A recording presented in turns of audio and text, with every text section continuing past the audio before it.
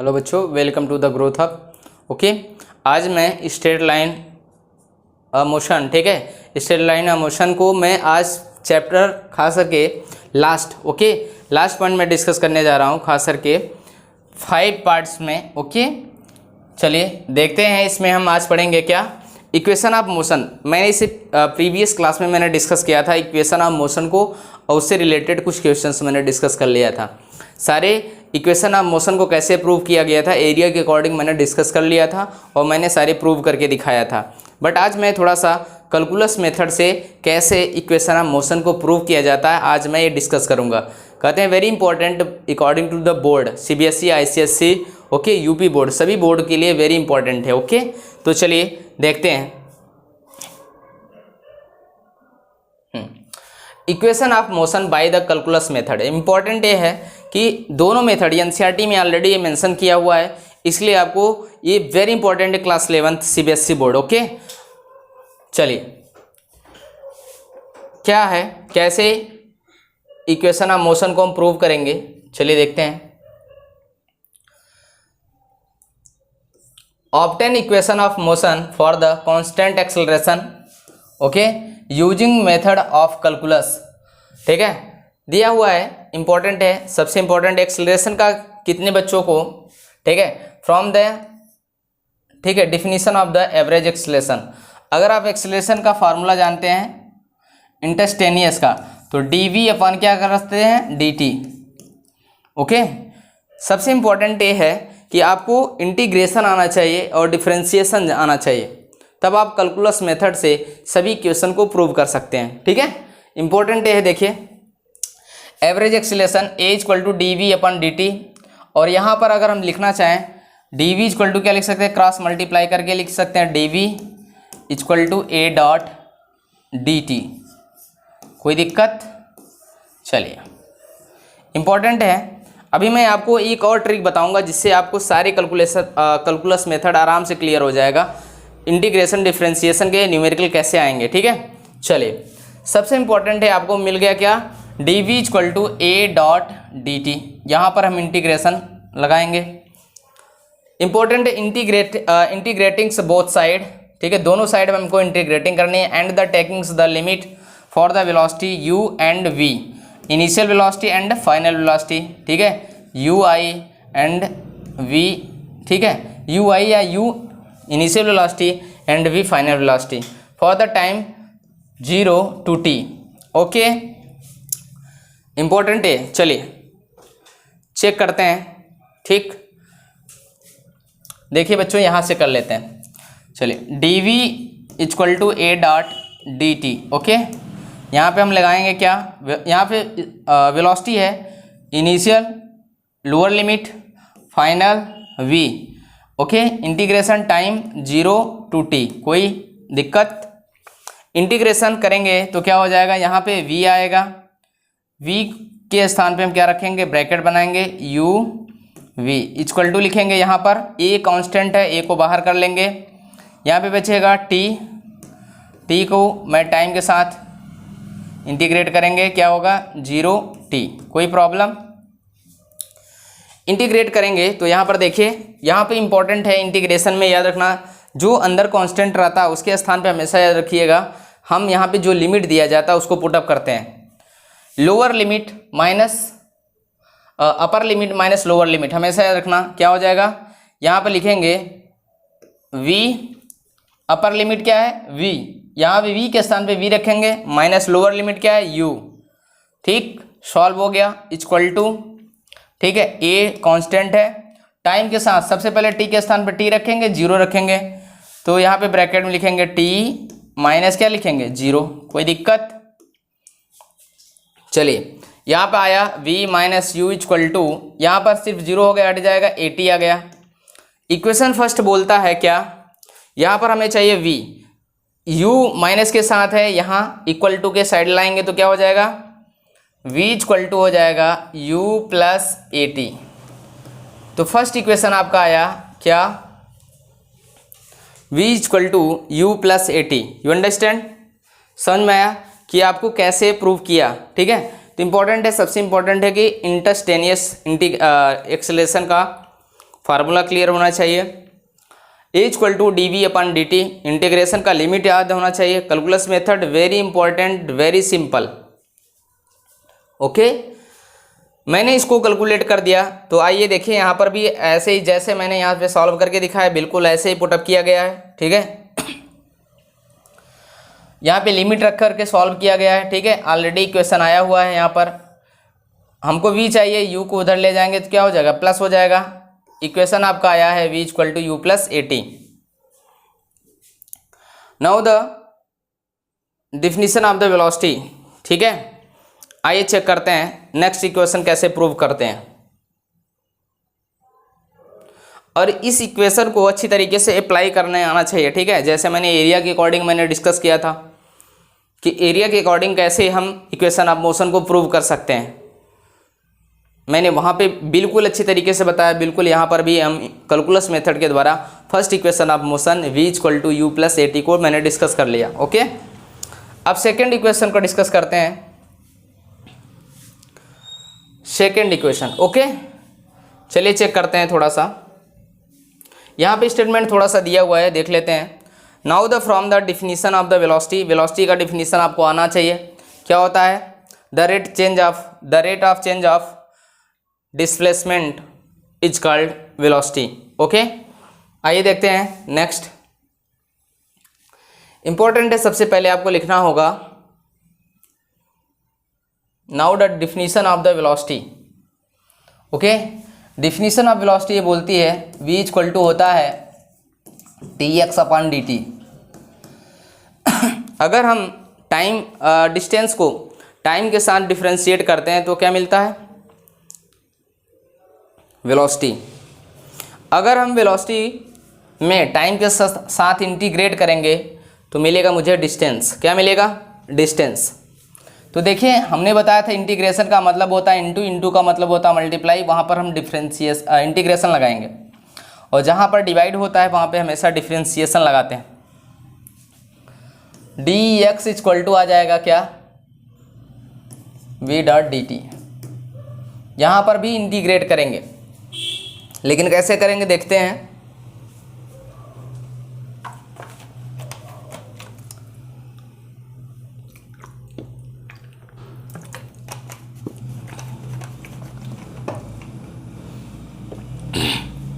कैसे करेंगे, integrating both side and taking the limit for displacement x0 to x and for the time t0 to t। कोई दिक्कत नहीं है, मैं प्रूव करके आपको दिखाता हूँ। ठीक है, चलिए इसी पे करते हैं क्योंकि जगह अच्छी नहीं है। देखिए यहाँ पे हो जाएगा इंटीग्रेशन, dx मैंने रख लिया, जैसे यहाँ पर है इंटीग्रेशन लगाएंगे, क्या लिखेंगे, x0 x0 and x। Okay, यहाँ पे टाइम लगाएंगे v dt t0 और t। इसको करना क्या है आपको, यहाँ पे टाइम दिया है, टाइम को ऑलरेडी हम कोरिलेट कर देंगे। ठीक है, और यहाँ पे v के स्थान पे याद रखिए, जस्ट इक्वेशन में आप पढ़ के आए। चलिए यहाँ थोड़ा सा हम कर लेते हैं। देखिए dx यहाँ पे लिखेंगे x0 x equal to v। Okay, integrate t0 to t into d t. Okay, यहाँ पे v के स्थान पे हम ऑलरेडी आपका v इक्वल टू क्या, u प्लस ए टी आया हुआ है, पुटअप करेंगे, हो जाएगा यहाँ पर क्या, dx लिमिट वही लगाएंगे x0 x equal to v के स्थान पे हम लिखेंगे क्या, u plus a T into d T. उसको ब्रैकेट लगा के डी टी कर लेंगे, वही हो जाएगा t0 t। ओके, सॉल्व करेंगे तो आ जाएगा यहाँ पर x, एक बार x रखेंगे माइनस x0 यानी x0 कर सकते हैं, कोई दिक्कत नहीं है, 0 भी कर सकते हैं, कोई दिक्कत नहीं है। यहाँ पर देखिए इसको इंटीग्रेट करेंगे, क्या हो जाएगा, u इंटू डी टी हो जाएगा प्लस, ओके यहाँ हो जाएगा a t into d t. Okay, integration लगा लेंगे। ठीक है, कोई प्रॉब्लम, चलिए यहाँ पे याद रखिए, यहाँ पे हम 0 कर सकते हैं, 0 यहाँ x, ओके। वैल्यू पुटअप करने के बाद x आपका आ जाएगा। यहाँ पे टाइम वही रखेंगे, ठीक है, बट यहाँ पे हम यहाँ पे dt का मल्टीप्लाई दोनों के साथ कर देंगे, तो दोनों को इंटीग्रेट कर देंगे उसी लिमिट के साथ। तो हमेशा याद रखना x इक्वल टू आ जाएगा क्या, यहाँ पर आप देखिए यहाँ u कांस्टेंट है तो u को बाहर कर लेते हैं, ब्रैकेट में बचेगा क्या, यहाँ पे t, ओके, t 0t हो जाएगा प्लस यहाँ a को बाहर लिख लीजिए, यहाँ पे t और t क्या हो जाएगा, t का स्क्वायर हो जाएगा और डिवाइड बाई 2, ओके। हमेशा लिमिट वही क्या हो जाएगा t, सॉल्व करेंगे क्या आ जाएगा x इक्वल टू, यहाँ पे सिर्फ बचेगा t क्योंकि ऑलरेडी क्या है t यहाँ पर है, 0 यहाँ पर है तो हो जाएगा t प्लस यहाँ पे देखो 1/2, यहाँ a या 1/2 a को बाहर कर लेते हैं, ब्रैकेट में बचेगा क्या, यहाँ पे स्क्वायर है तो क्या हो जाएगा t का स्क्वायर माइनस 0 का स्क्वायर कर देंगे। अगर यहाँ पे 0 का स्क्वायर यानी 0 तो आपका इक्वेशन आ गया x इक्वल टू क्या आया, x इक्वल टू आया, सेकेंड इक्वेशन आ गया आपका, यहाँ पर रख देते हैं x इक्वल टू आया ut प्लस हाफ at का square, this is the proved, okay. तो हमेशा याद रखिएगा सेकेंड इक्वेशन को मैंने कैसे प्रूव किया। सबसे इम्पॉर्टेंट है हमें डिफिनीशन आनी चाहिए। वेलोसिटी इक्वल टू क्या होता है dx अपॉन dt। हम यहाँ पे अगर डिस्टेंस को टाइम के साथ अगर डिफ्रेंशिएट करते तो वेलोसिटी मिलता है, बट मैंने बोला क्रॉस मल्टीप्लाई से इंटीग्रेशन का सिंबल, क्योंकि इनटू हो रहा है, इंटीग्रेशन करने के हम ऑलरेडी फर्स्ट इक्वेशन की मदद से हम सेकेंड इक्वेशन को प्रूव कर दिया, ओके। तो समझ में आया बच्चों, ओके। चलिए तो आपका आ गया सेकेंड इक्वेशन। अब आते हैं थर्ड इक्वेशन की बात किया है, थर्ड इक्वेशन को कैसे प्रूव करते हैं, आइए चलिए चेक करते हैं। चलिए सबसे इम्पोर्टेंट है, ठीक है, now we the can write a, आप फिर वही एक्सेलरेशन इक्वल टू होता है dv अपॉन dt, मैंने लिख लिया। अब इसको क्या किया है, dv को उन्होंने क्या किया, dv अपॉन dt को फिर किसके साथ मल्टीप्लाई कर दिया, dx अपॉन dt, ओके। चलिए इसको हम पुटअप कर सकते हैं क्या, a इक्वल टू लिख सकते हैं क्या, v इंटू डी वी, एक v को कांस्टेंट एक को वेरिएबल मानते हैं dx, okay, dv upon dx। और इसी को हम लिख सकते हैं क्या, यहाँ पे मल्टीप्लाई हो जाएगा a into d x equal to हो जाएगा v into d v, okay. चलिए आपका ये जैसे प्राप्त होगा तो इसको क्या करेंगे हम, integrate the both side and the taking the limit for velocity वही u and v and for the displacement x not and x put up कर देंगे तो हो जाएगा क्या, v डॉट डी वी या u and v equal to हो जाएगा, यहाँ पर रखेंगे क्या, integration x not x dx।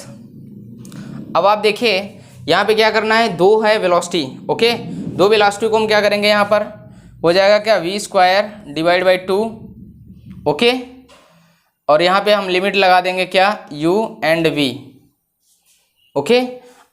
यहाँ पर हो जाएगा v square minus u square upon 2, क्योंकि दो बार है तो यहाँ पर बाई 2 आ गया, ओके। इक्वल टू हो जाएगा a x minus x not, यहाँ पे इसको एक 0 करेंगे, यहाँ पे हो जाए a x, यानी यस रख सकते हैं या x रख सकते हैं, कोई दिक्कत नहीं। इस इक्वेशन के अकॉर्डिंग हम क्या करेंगे, यहाँ पर आया है v square minus u square divide by 2, यहाँ पर आएगा ax। अब यहाँ पे देखो क्रॉस मल्टीप्लाई करा देंगे, क्रॉस मल्टीप्लाई कराएंगे तो क्या हो जाएगा, v square minus u square equal to 2ax। आपका इक्वेशन आ गया है, बट आपको कैसे, आपको v स्क्वायर चाहिए तो इसलिए माइनस यू को हम इक्वल साइड के उस साइड ले जाएंगे, तो v स्क्वायर इक्वल टू क्या हो जाएगा, u square plus 2ax। This is the third equation of the motion and this is the proved, okay. You understand, समझ में आया किस तरीके से कैलकुलस मेथड के द्वारा हम इक्वेशन ऑफ मोशन को प्रूव किए, तो आपको समझ में आया होगा, ओके। तो देखिए बच्चों, यहाँ से इंपॉर्टेंट है कोरिलेशन, डिफरेंशिएशन और इंटीग्रेशन आपको आना चाहिए। कैसे करते हैं इंपॉर्टेंट ये है, कैसे हम किसी चीज़ को कैसे प्राप्त करते हैं, एक ट्रिक के द्वारा देखिए, इंपॉर्टेंट ये है। चलिए देखिए,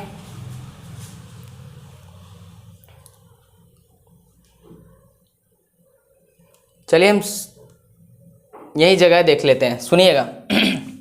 अगर आपको डिस्टेंस दिया जाता है,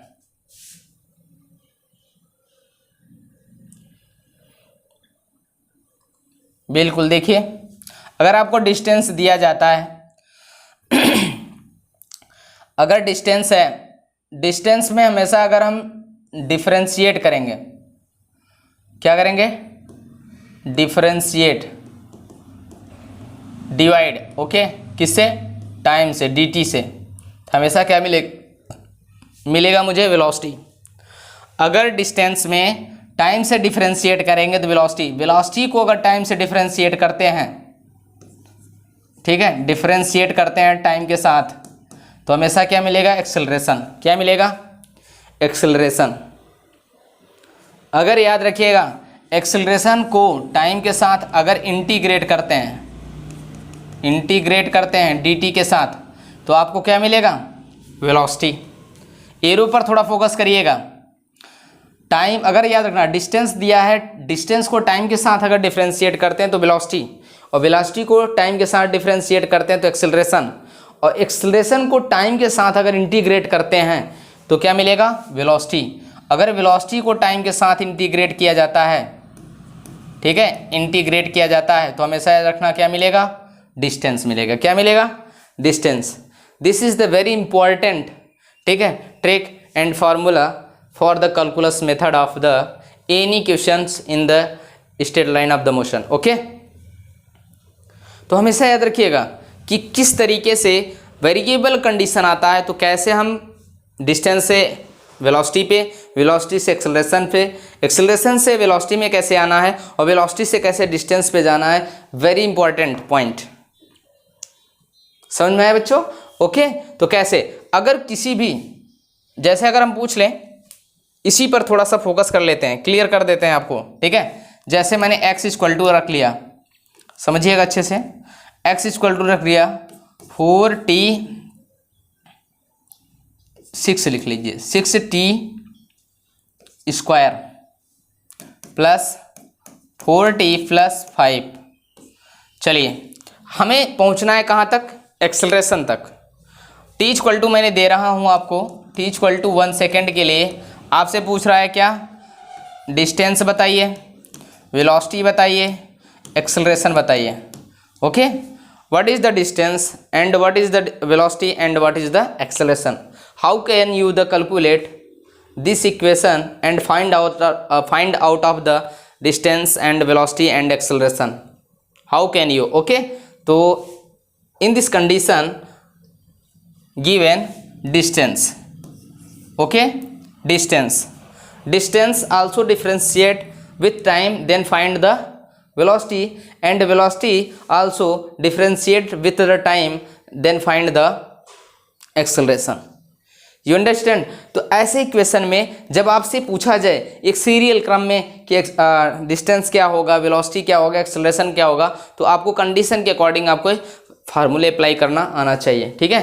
तो ऐसे आइए चेक कर लेते हैं थोड़ा सा, ओके। चलिए देखते हैं, यहाँ पे देखिए मैं क्या करूँगा, dx अपॉन dt करेंगे, ठीक है, dx अपॉन dt। पहले तो x की वैल्यू अगर कैलकुलेट करना तो सिंपल बात है, x इक्वल टू टाइम की वैल्यू पुटअप करेंगे, तो टाइम की वैल्यू क्या दिया है, 1 सेकेंड, तो 6 इंटू 1 का पावर कुछ भी कर लीजिए, वैल्यू आनी है 1, इसलिए 1 ही रखेंगे, प्लस 4t है तो 4 इंटू 1 करेंगे plus 5, you understand. Total add कर लीजिए, 6 प्लस 4 प्लस 5, टोटल कितना आ जाएगा, आप देखिए 15 metre, this is the distance, you understand, okay. ये क्या आ गया, आपका डिस्टेंस आ गया। बट आप देखिए अगर dx अपॉन dt से हम अगर डिफ्रेंशिएट करते हैं तो क्या मिलता है, वेलोसिटी। तो आइए एक बार डिफ्रेंशिएशन का फार्मूला हमेशा याद रखना, पावर से हमेशा 1 कम करना है, पावर का मल्टीप्लाई सामने होता है, याद रखना, पावर से हमेशा 1 कम करना है, पावर का मल्टीप्लाई हमेशा सामने होता है। तो आइए देखते हैं, तो देखिए पावर 6t पावर 2, तो पहले लिखेंगे 6t स्क्वायर अपॉन dt कर लेंगे, प्लस सेकेंड है 4t divide by dt, plus किसी भी कांस्टेंट नंबर में किसी वेरिएबल नंबर से डिवाइड करने से हमेशा 0 हो जाता है, ये आपको याद होना चाहिए, ठीक है, यू अंडरस्टैंड। चलिए यहाँ पे इस सवाल को यहाँ पे करते हैं, देखिए v इक्वल टू आ जाएगा डिफ्रेंशिएट, पावर का हमेशा सामने मल्टीप्लाई और पावर में से हमेशा कम, क्या हो जाएगा 6 × 2t बचा, पावर में से एक कम कर दिया, प्लस यहाँ पर क्या है t सेम है तो सिर्फ 4 बचेगा, और यहाँ पे ये कांस्टेंट वैल्यू है, एक वेरिएबल वैल्यू है, डिवीजन करने से क्या हो जाएगा 0। ओके, v इक्वल टू आ गया क्या 6 यानी 12t + 4। यहाँ पर वही चीज़ इक्वेशन में दिया हुआ है कि t इक्वल टू 1 सेकेंड पे आपको वेलोसिटी और डिस्टेंस एक्सेलरेशन तीनों कैलकुलेट करना है, तो v इक्वल टू क्या हो जाएगा 12 × 1 + 4 इक्वल टू क्या हो जाएगा 12 और 4 16 हो जाएगा, 16 मीटर पर सेकेंड, यू अंडरस्टैंड। तो आपको पता चल गया क्या, आपको आ गया वेलोसिटी, यू अंडरस्टैंड, आपका वेलोसिटी आ गया। अब आपको कैलकुलेट करना है क्या एक्सेलरेशन, क्या करना है एक्सेलरेशन। अब आपको वेलोसिटी की आपको पता है, वेलोसिटी इक्वल टू क्या है 12t + 4। ओके, चलिए v इक्वल टू आपको पता है, अब जानते हैं एक्सेलरेशन क्या होता है dv/dt। अगर जो वेलोसिटी आपको मिला हुआ है अगर उसमें हम टाइम से डिफ्रेंशिएट कर देते हैं तो मिल जाएगा क्या एक्सेलरेशन, क्या मिलेगा एक्सेलरेशन। तो क्या करेंगे यहाँ पर आपका इक्वेशन जो आया है वेलोसिटी को रखेंगे 12t / dt, okay, + 4 / dt, condition वही यहाँ पर हो जाएगा a इक्वल टू पावर में एक कमी, ऑलरेडी जब सेम है पावर कट जाएगा 12 आएगा, प्लस यहाँ पर किसी भी कांस्टेंट में वेरिएबल से अगर डिवाइड किया जाता है तो हमेशा क्या हो जाएगा 0। तो एक्सेलरेशन इक्वल टू आ गया 12 मीटर पर सेकेंड का स्क्वायर। ओके, यू अंडरस्टैंड, समझ में आया कि नहीं बच्चों। बिल्कुल बिल्कुल निश्चिंत रहिए, मैं आपको सारे फार्मूले पर एक एक फार्मूले पर चुन चुन कर मैं न्यूमेरिकल कराऊंगा ताकि आपकी सारे फार्मूले क्लियर हो। जब फार्मूला क्लियर होता है उसका एप्लीकेशन क्लियर होता तो फिजिक्स आपको 100% दिल दिमाग सब जगह छा जाएगी। ओके, हमेशा याद रखिएगा, बिल्कुल एकदम ब्लड तक जाएगी। ओके, ब्रेन के साथ साथ ब्लड में भी जाएगी। चलिए ओके, चलिए नेक्स्ट चलते हैं।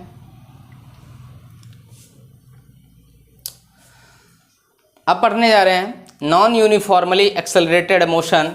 यहाँ पे हम पढ़ेंगे अगर कोई बॉडी अंडर ग्रेविटी मोशन कर रहा है तो कैसे सॉल्व करेंगे, क्या कंडीशन होता है, कंडीशन को कैसे पकड़ेंगे, कैसे सॉल्व करेंगे, कौन सा फार्मूला लगेगा। तो कुछ भी नहीं करना है बच्चों, अगर आपको acceleration equation of the motion सारे लर्न है तो बिल्कुल बेनिश्चिंत रहिए, 100% आपको ये भी फार्मूला क्लियर होगा और इस पर न्यूमेरिकल भी आप बहुत अच्छे से सॉल्व कर सकते हो। आइए देखते हैं। चलिए, सबसे बड़ी चीज़ नॉन यूनिफॉर्मली एक्सेलरेटेड मोशन, थोड़ा सा यहाँ पर वही इंटीग्रेशन वाला चीज़ें हैं, थोड़ा क्लियर कर लेते हैं, फिर आपको ग्रेविटी पढ़ाते हैं, ठीक है। व्हेन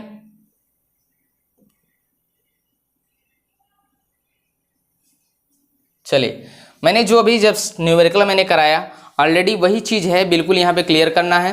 व्हेन एक्सेलरेटेड पार्टिकल, ठीक है, when accelerated of the particle is not constant, जाहिर सी बात है acceleration is a function of time, then the following relations hold for one dimensional motion. Okay, तो ऐसे कंडीशन में हम रिलेशन को वन डायमेंशनल मोशन में कैलकुलेट करते हैं। सबसे इंपॉर्टेंट है, आप जानते हैं अभी जस्ट मैंने बताया, वेलोसिटी को हम ds या dx दोनों याद रखिएगा।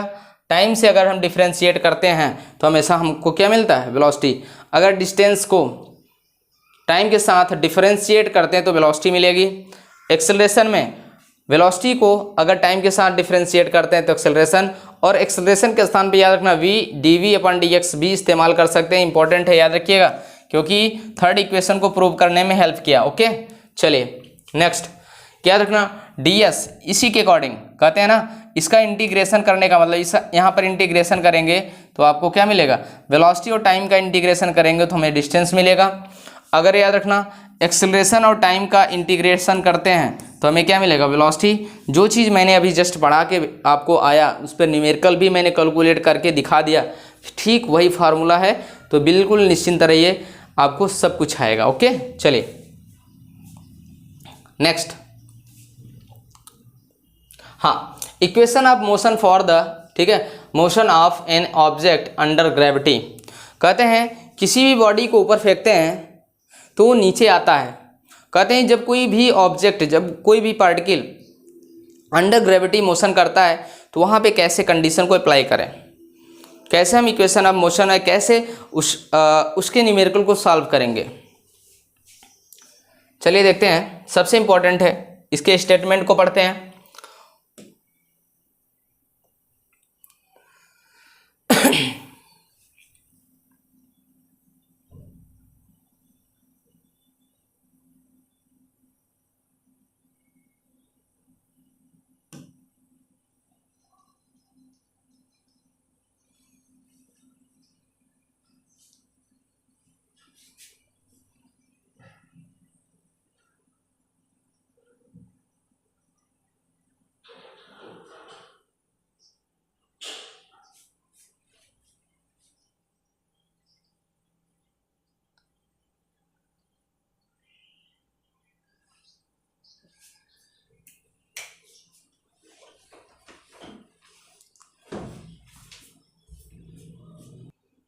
चलिए देखिए बेटा, ठीक है, मोशन अंडर ग्रेविटी मोशन।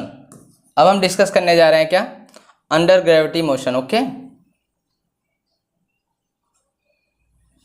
चलिए, okay, under gravity motion. Okay, समझिएगा। चलिए, कहते हैं किसी बॉडी को किसी हाइट से अगर फॉल अप करते हैं तो यहाँ पर हाइट ले लेते हैं, ठीक है, ठीक। यहाँ पे जो एक्सेलरेशन होता है, याद रखना बच्चों, जो आप इक्वेशन ऑफ मोशन में अप्लाई किए थे ए, ओके, यहाँ पर हम क्या इस्तेमाल करेंगे, जी। जी हमेशा नीचे की तरफ जा रहा है, इसलिए साइन हमेशा याद रखिएगा। कंडीशन के अकॉर्डिंग हम पुट अप करेंगे माइनस। ओके, तो कहते हैं किसी भी ऑब्जेक्ट को अगर हाइट से हम फॉल अप कराते हैं तो बॉडी कैसा मोशन करेगा। सबसे पहले आपको इक्वेशन ऑफ मोशन आपको आना चाहिए, v equal to u plus a t. Okay, second equation था s इक्वल टू या x इक्वल टू, जो भी बच्चे कन्फ्यूजन ना हो, okay, u t plus half a t का स्क्वायर।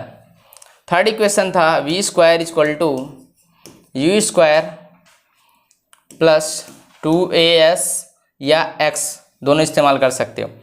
एक था एस एन, एनवे सेकेंड में चली गई डिस्टेंस। ओके, यहाँ पे क्या होता था, u plus half, okay, A 2n minus 1। Okay, you understand, समझ में। ये सारे इक्वेशन आपको क्लियर होने चाहिए।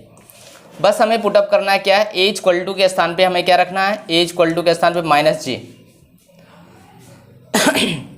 यहाँ पे रखेंगे ए के स्थान पे माइनस जी और एक्स के स्थान पे याद रखिएगा, एक्स के स्थान पे या एस के स्थान पे हमेशा एच इस्तेमाल करेंगे, ठीक है, इंपॉर्टेंट है। तो यहाँ पर क्या हो जाएगा, v equal to u minus g t हो जाएगा। प्लस माइनस इस्तेमाल कर सकते हैं कंडीशन के अकॉर्डिंग, ठीक है, प्लस माइनस आप इस्तेमाल कर सकते हैं। First equation. सेकेंड इक्वेशन क्या है, यहाँ पे h रखेंगे, h इक्वल टू क्या रखेंगे, u t minus plus, okay, half g t का square. Second equation, v square equal to u square plus minus, ठीक है, 2gh, ओके, 2gh। यहाँ पे रखेंगे hn, क्या लिखेंगे, hn इक्वल टू हो जाएगा u plus half g bracket में 2n माइनस 1। You understand. तो आपको under gravity of motion clear होना चाहिए।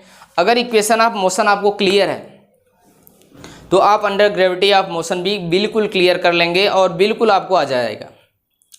बट यहाँ पर इम्पॉर्टेंट है, अप्लाई के अकॉर्डिंग हम कहते हैं कि यहाँ पे साइन थोड़ा सा चेंज होता है, इसलिए प्लस माइनस दोनों रखे हुए हैं, कंडीशन के अकॉर्डिंग हम इस्तेमाल करेंगे। ओके, चलिए, तो आपको बच्चों ये क्लियर होगा अंडर ग्रेविटी मोशन में हमेशा याद रखना इक्वेशन कैसे पुटअप किया जाता है। ए के स्थान पे -g हमेशा इस्तेमाल किया जाता है, कभी आपको अकॉर्डिंग याद रखना सिचुएशन के अकॉर्डिंग यहाँ पर +b इस्तेमाल किया जाएगा। ठीक है, यहाँ पर भी देख लीजिए इक्वेशन बिल्कुल सेम है, बट आपको थोड़ा सा हमने चेंज किया है। क्या, ए के स्थान पे मैंने g पुटअप किया और x और s के स्थान पे हमेशा मैंने h पुटअप कर दिया। ओके बिल्कुल क्लियर। नेक्स्ट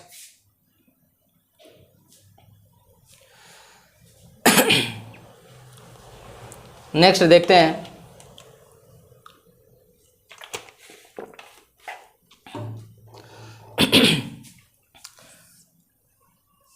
नेक्स्ट है फीलिंग वेटलेनेस। ठीक है,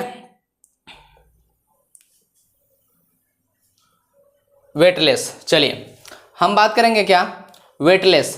कहते हैं कि सबसे इंपॉर्टेंट फीलिंग वेटलेस का मतलब होता है कि कब किस कंडीशन पे कि जो हमारा वेट है 0 हो जाएगा, या किसी भी पार्टिकल का वेट कब 0 माना जाता है।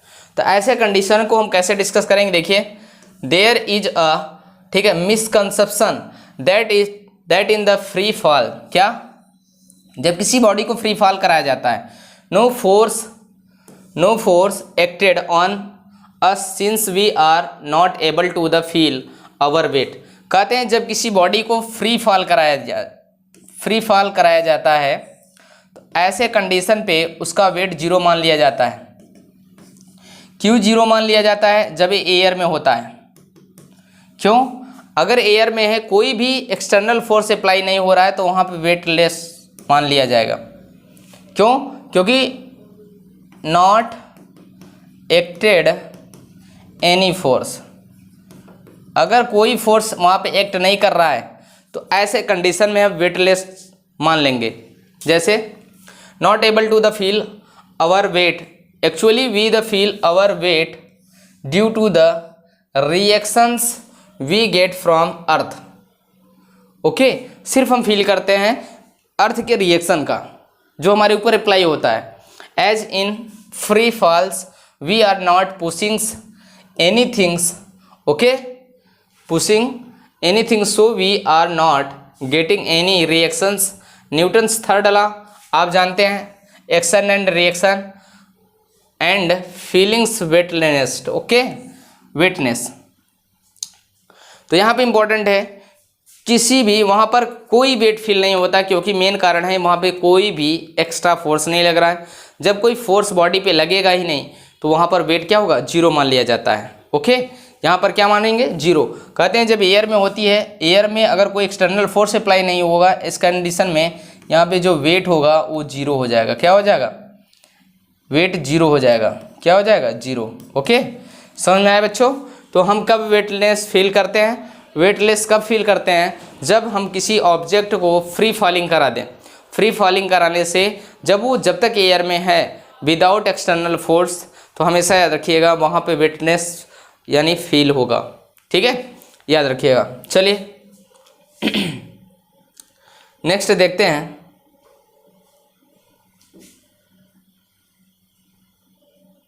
चलिए, stopping distance for a vehicles. Okay, इसको हम डिस्कस करते हैं। ठीक है, ओके, चलिए, stopping distance for a vehicles.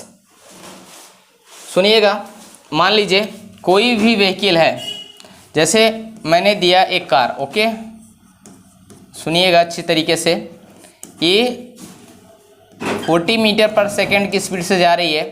अचानक इसने क्या लगाया, ब्रेक लगाने के बाद कहते हैं कि कितने टाइम के बाद और कितनी दूर, कितने टाइम के बाद और कितना डिस्टेंस बॉडी कवर करेगी। इंपॉर्टेंट ये होता है, स्टॉपिंग डिस्टेंस 2 चीज़ को कैलकुलेट करता है। जब मैंने ब्रेक लगाया, गाड़ी को यहीं पे ब्रेक लगा दिया, तो गाड़ी कितनी दूर जाके रुकेगी और कितने समय के बाद और कितने समय में। ओके, चलिए, इंपॉर्टेंट है, when the brake are the applied to the moving vehicles the distance is travel before comings to the halt is called the stopping distance. कहते हैं हाल्ट का मतलब होता है एक फिक्स पॉइंट जहाँ पे वो रुकेगी। कहते हैं कि ब्रेक मैं हाल्ट से पहले लगाया, हाल्ट तक पहुंचने, ब्रेक लगाने के बाद हाल्ट पर जाने के बाद कितना डिस्टेंस कवर करेगी, यहाँ से लेकर के हाल्ट तक की डिस्टेंस कितनी होगी। ओके, इंपॉर्टेंट है। It is also an important factor for the road safety. Important है क्यों? क्योंकि अगर हम ब्रेक लगाते हैं तो हमें अनुमान पता चल जाता है कि हमारी, अगर मैंने यहाँ से ब्रेक मार दिया तो आने तक कितने डिस्टेंस तक जो कार है, बाइक है, वो रुक जाएगी पूरी तरीके से। सपोज दैट मैं, अगर ये हमको बिल्कुल मेंशन ना होता तो समझ लीजिए कि मैंने अगर स्पीड में हूँ, सामने कोई भी चीज़ है, अगर मैंने ब्रेक लगा दिया, सपोज दैट उसको भी रोकते हुए आगे निकल गई, तो कहते हैं ये इंपॉर्टेंट फैक्टर है खास करके सेफ्टी ऑफ रोड सेफ्टी के लिए। It is value depend upon the speed. कहते हैं ये जो स्टॉपिंग डिस्टेंस है ना, ये डिपेंड करता है कि आपकी स्पीड कितनी है। जितनी ज़्यादा स्पीड होगी उतना दूर जाके कार रुकेगी। अगर स्पीड आपका कम होगा तो तुरंत आपका जहाँ है आप उसी पॉइंट पे आप स्टॉप कर सकते हैं। Which the vehicles is the runnings and the efficiency of the braking system. Okay, समझ में है? तो क्या करते हैं, स्टॉपिंग डिस्टेंस क्या करते हैं कि road safety and it's value depend on the speed. Okay, कहते हैं running and the efficiency of the braking system, let the distance travelled by the vehicles before it's stop. सुनिएगा, कोई कार है, मैंने अभी जस्ट बनाया था, देखिए, चलिए मैंने ब्रेक यहाँ से लगाया, ठीक है, इसकी फाइनल स्पीड क्या है v। ओके, इनिशियल स्पीड से ऑलरेडी आ रही थी, ठीक है, ठीक, u। ओके, मैंने यहाँ से ब्रेक लगाया तो कह रहे हैं कितनी डिस्टेंस पे जाके ये स्टॉप हो जाएगी। You understand? तो समझिए कैसे हम कैलकुलेट करेंगे। तो ऐसे कंडीशन में अगर ये सोचिए बॉडी इनिशियल स्पीड से आ रही है, इसकी जो फाइनल स्पीड आएगी जहाँ पर ये रुकने जा रही है, तो इसका फाइनल स्पीड क्या हो जाएगी, 0। फाइनल स्पीड इसकी 0 हो जाएगी। तो इक्वेशन, थर्ड इक्वेशन लगाइए, v स्क्वायर इक्वल टू क्या होगा, u square plus 2as। Okay, यहाँ पर रखेंगे 0 equal to u square plus 2as। हमको क्या चाहिए, s चाहिए। तो s क्या हो जाएगा, इसको हम ले आते हैं, ले आके इधर ले आएंगे तो क्या हो जाएगा, माइनस हो जाएगा। तो हो जाएगा क्या, 2as माइनस लगाएंगे इक्वल टू हो जाएगा u स्क्वायर। हमें चाहिए stopping distance, s equal to क्या हो जाएगा, u स्क्वायर अपॉन 2a। यहाँ पे माइनस लगा देंगे क्योंकि कारण है बॉडी रिटार्ड हो रही है। क्या हो रही है, रिटार्ड। ब्रेक लगाएंगे, जाहिर सी बात है गाड़ी का स्पीड कम होगा कि ज़्यादा, कम होगा, तो इसलिए रिटार्डेशन माइनस से बता रहा है कि यहाँ पे बॉडी रिटार्ड हो रही है, जा रही है कहाँ, near to the stop. Okay, रुकने जा रही है बिल्कुल। इसलिए स्टॉपिंग डिस्टेंस का फार्मूला क्या रखेंगे, यहाँ पर देख लीजिए, ठीक है, स्टॉपिंग डिस्टेंस हो जाएगा माइनस का u square upon 2a। You understand? कहते हैं कि thus the stopping distance is the proportional to the square of the initial velocity. Important है, u पर डिपेंड करती है ना कि फाइनल पे, बच्चों याद रखिएगा। फाइनल ऑलरेडी 0 हो चुका है, इनिशियल स्पीड पर डिपेंड करेगी। इनिशियल आपको पता है तो आराम से सॉल्व कर लेंगे। करें double the initial velocity, its stopping distance increase by the factor of the 4 time. कहते हैं अगर याद रखना, अगर इनिशियल स्पीड डबल करते हैं तो स्टॉपिंग डिस्टेंस 4 टाइम बढ़ जाएगा। सोचिएगा, अगर 50 मीटर पर सेकेंड की स्पीड से बाइक चल रही है, अगर उसको स्टॉप कर रहे हैं तो वो याद रखिए कि उसके डबल टाइम से जाकर के स्टॉप होगी। ओके, बस आज के लिए बस इतना ही। Next class, okay, next day.